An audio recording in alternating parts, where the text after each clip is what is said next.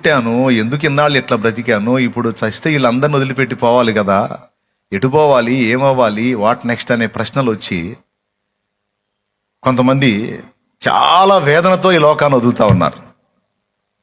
ఆ మరణ ఘడియలు సమీపించినప్పుడు ఆలోచిస్తారు, అసలు ఎందుకు వచ్చాను, నా ఉనికికి కారణం ఏంటి, ఇన్నాళ్ళు జంతువు బతికినట్టు బతికాను, కేవలం నా శారీరక వాంఛలు తీర్చుకోవటానికే, ఈ శరీరం ఉంది కదా, ఈ శరీర వాంఛలు తీర్చుకోవడానికే జీవితం అన్నట్టు బతికానే, అయ్యో చూస్తానే అన్నీ మారిపోయినాయి, చూస్తానే అన్నీ వదిలేయాల్సి వచ్చిందే అని చాలా వేదనతో కన్ను మోస్తారు. ఎందుకంటే వాళ్ళు అర్ధరహిత జీవితాన్ని జీవించారు, అర్థవంతమైన జీవితాన్ని జీవించలేదు.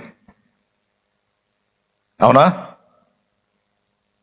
కావాలంటే చాలా మంది సమాజంలో చూడండి, ఎక్కువ శాతం మంది నవ్వు మొఖాన అట్లా పులుముకొని తిరుగుతున్నారు, కానీ చాలా హృదయాలలో ఒక నిర్వేదం, ఒక వేదన.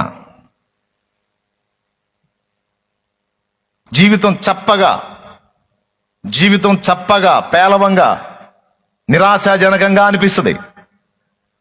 కానీ ఏం చేద్దాం, భూమి మీదకి వచ్చాం కదా, బతకాలి కదా, కానీ పొద్దున్న లేచి పొలం అనిపోయి ఏదో చేసుకొని వచ్చి ఈ జరుగుతున్నటువంటి జీవిత చక్రాన్ని చూసుకొని ఏందిరా లైఫ్ అనేది ఒక రకమైనటువంటి నిరోమయంలో పడిపోయే పరిస్థితి సమాజానికి ఉంది.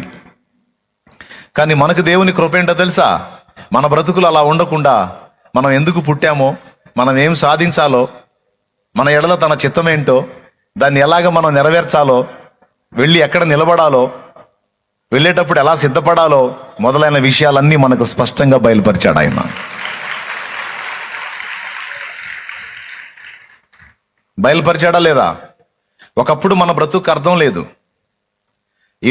ఒకప్పుడు మన బ్రతుకి గురి గమ్యం లేదు.